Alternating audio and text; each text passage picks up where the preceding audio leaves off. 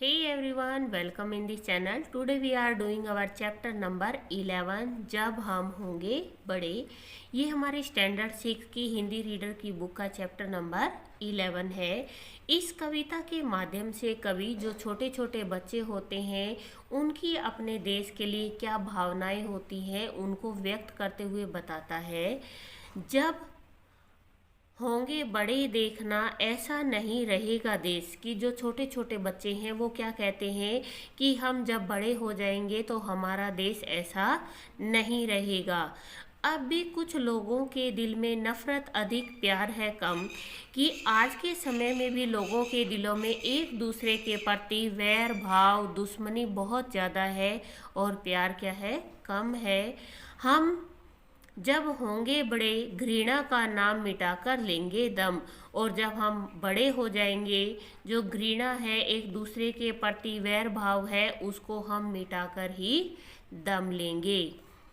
हिंसा के विस्मय प्रवाह में कब तक और बहेगा देश। हिंसा मीन्स क्या होता है, एक दूसरे को चोट पहुंचाना, नुकसान पहुंचाना, मारपीट करना, और विस्मय होता है जहर से भरा हुआ, और प्रवाह मीन्स होता है बहाव, बहना।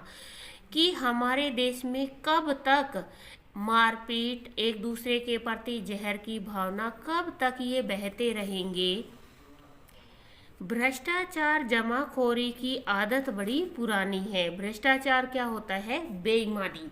कि हमारे अंदर क्या है, बेईमानी का जो भाव है लोगों के अंदर वो बहुत ज़्यादा जमा हो चुका है, और ये क्या है, बहुत पुराना है। ये उनकी आदत क्या है, बहुत ज़्यादा पुरानी है।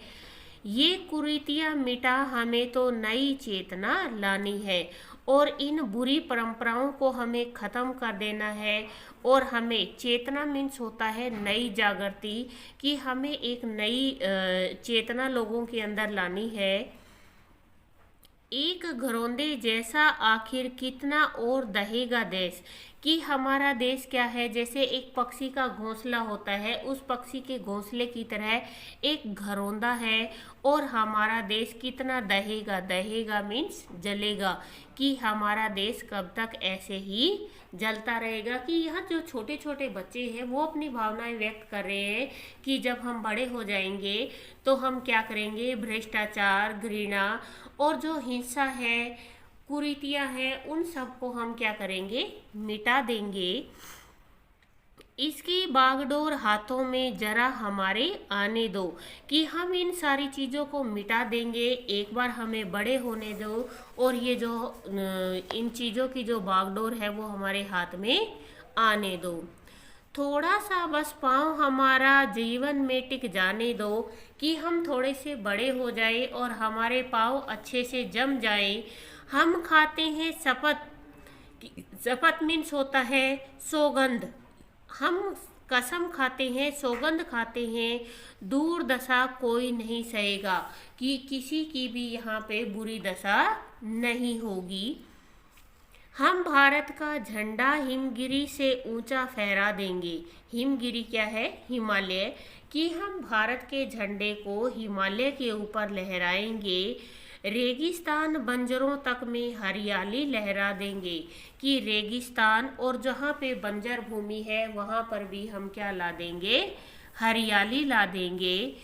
घोर अभावों की ज्वाला में कल से नहीं दहेगा देश। कि जिस भी चीज़ का अभाव है उस अभाव में अब हमारा देश ज़्यादा नहीं जलेगा। कि जब हम बड़े हो जाएंगे तो हम इन सब चीज़ों का नाश करके एक नया भारत बनाएंगे। हम भारत के अंदर खुशियाँ लाएंगे। ये है आपके शब्दार्थ, ये है वर्तनी बोध। Now we are doing exercise, और एक्सरसाइज में सबसे पहले है अभ्यास माला। कविता में ढलते देश की तुलना किससे की गई है। कविता में ढलते देश की तुलना घरौंदे से की गई है। देश में नई चेतना किसे मिटाकर आएगी। देश में नई चेतना किसे की जगाएगा, कुरीतियों को मिटाकर आएगी। यहाँ किससे की जगाएगा, घरौंदे से, और यहाँ किसे की जगाएगा, कुरीतियों से। इस कविता के रचनाकार कौन हैं, बाल स्वरूप राही। सही विकल्प पर सही का निशान लगाइए। अब भी कुछ लोगों के दिल में अधिक है। क्या है अभी भी लोगों के दिल में? नफरत। किसकी आदत बड़ी पुरानी है? भ्रष्टाचारी और जमाखोरी, इन दोनों की ही। तो यहाँ जो हमारा आंसर आएगा इन दोनों की। बच्चे हरियाली फैलाएंगे कहाँ पर? रेगिस्तान और बंजरों तक भी। कविता की पंक्तियाँ पूरी कीजिए। अभी भी कुछ लोगों के दिल में नफरत अधिक, प्यार है कम, जब हम होंगे बड़े घृणा का नाम मिटाकर लेंगे दम। अब आता है हमारा रिटर्न। निम्नलिखित पंक्तियों का आशय स्पष्ट कीजिए। हम भारत का झंडा हिमगिरी से ऊंचा फहरा देंगे, रेगिस्तान बंजरों तक में हरियाली लहरा देंगे। प्रस्तुत पंक्तियों में कवि बच्चों के माध्यम से कहना चाहता है कि वे जब हम बड़े होंगे तो भारत का झंडा फहराकर रेगिस्तान और बंजर भूमि तक में भी हरियाली ला देंगे, कि हम हमारे देश को इतना ऊपर तक लेके जाएंगे कि हमारे देश का जो झंडा है वो हिमालय पर लहराएगा, और हर जगह जहाँ भी हरियाली नहीं है हम उन सब जगहों पर क्या ला देंगे? हरियाली ला देंगे। नेक्स्ट है निम्नलिखित प्रश्नों के उत्तर दीजिए। बच्चों ने लोगों के हृदय में किस चीज़ की कमी पाई है? यहाँ जो आपका है किस चीज़, यहाँ आएगा प्रेम। बच्चों ने लोगों के हृदय में प्रेम की कमी पाई है। क्या बच्चे अभी अपने पांव जमीन में मजबूती से टिका पाते हैं? हाँ, बच्चे अभी अपने, यहाँ हाँ नहीं आएगा, यहाँ आएगा नहीं। अभी बच्चों के जो पाँव हैं वो ज़मीन पर अच्छे से नहीं टिके हैं।